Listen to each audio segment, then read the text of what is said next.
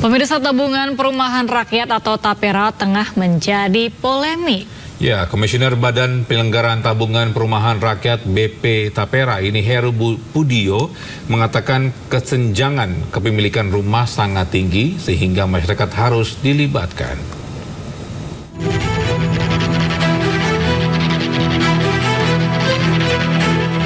Tabungan Perumahan Rakyat atau TAPERA tengah menjadi perbincangan dan menuai reaksi dari para pekerja juga pengusaha. Terkait hal tersebut, Komisioner BP TAPERA Heru Pudio Nugroho menyebut pembiayaan perumahan dari pemerintah dengan skema subsidi dan fasilitas pembiayaan lainnya hanya dapat menyediakan kurang lebih 250.000 rumah. Sementara itu, pertumbuhan permintaan rumah mencapai 700 hingga 800.000 rumah tangga setiap tahunnya. Menurut Heru, TAPERA dibuat untuk melibatkan masyarakat untuk pemenuhan kebutuhan rumah yang tinggi. Bahwa mengacu pada indeks keterjangkauan residensial, harga rumah dikategorikan terjangkau apabila tidak lebih dari 3 kali penghasilan rumah tangga dalam tahun, atau maksimal indeks 3.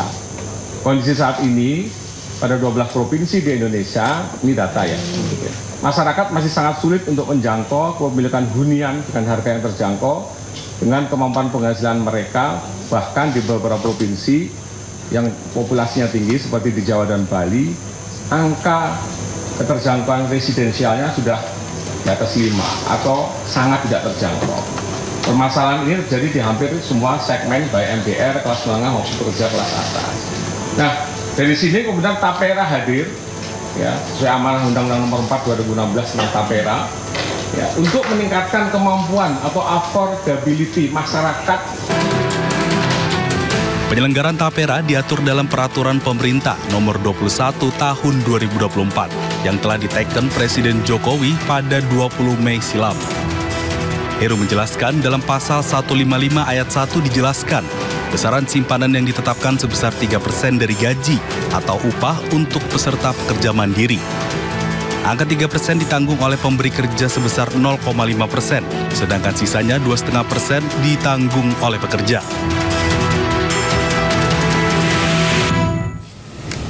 Pemerintah mewajibkan pekerja, baik PNS, pegawai swasta maupun pekerja mandiri atau freelancer untuk ikut program simpanan tabungan perumahan rakyat atau TAPERA.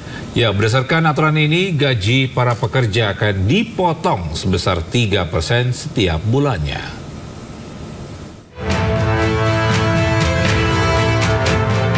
Masyarakat Indonesia belakangan ini dihebohkan dengan aturan pemotongan gaji untuk simpanan TAPERA atau tabungan perumahan rakyat.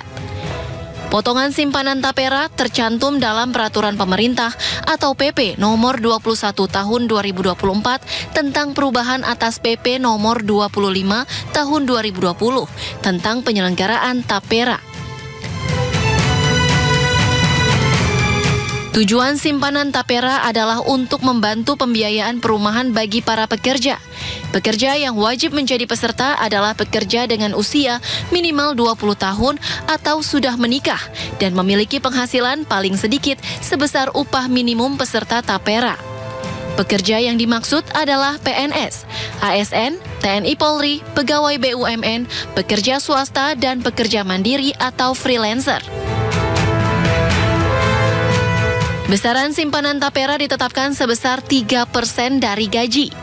Untuk peserta pekerja, 0,5% akan ditanggung pemberi kerja dan 2,5% sisanya ditanggung pekerja.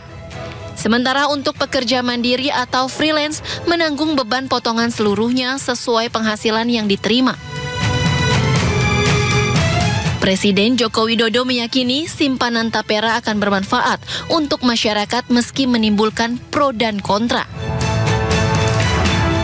Ya, semuanya dihitung lah. Biasa dalam kebijakan yang baru itu pasti masyarakat juga ikut berhitung, mampu atau nggak mampu, berat atau nggak berat. Seperti dulu waktu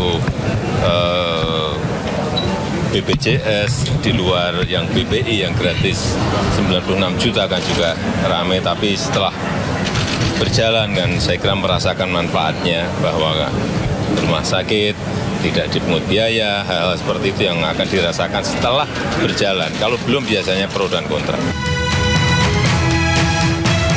Sementara itu, Menteri Pekerjaan Umum dan Perumahan Rakyat Basuki Hadi Mulyono menjamin bahwa simpanan tapera akan menjadi tabungan bagi masyarakat. Tapera itu memang itu tabungan, bukan dipotong terus hilang. Itu tabungannya anggota untuk nanti dia mendapatkan tabungannya itu untuk mendapatkan bantuan untuk bangun rumahnya. Itu sudah sejak 5 tahun yang lalu kita tunda dengan tapera yang sudah ada sekarang.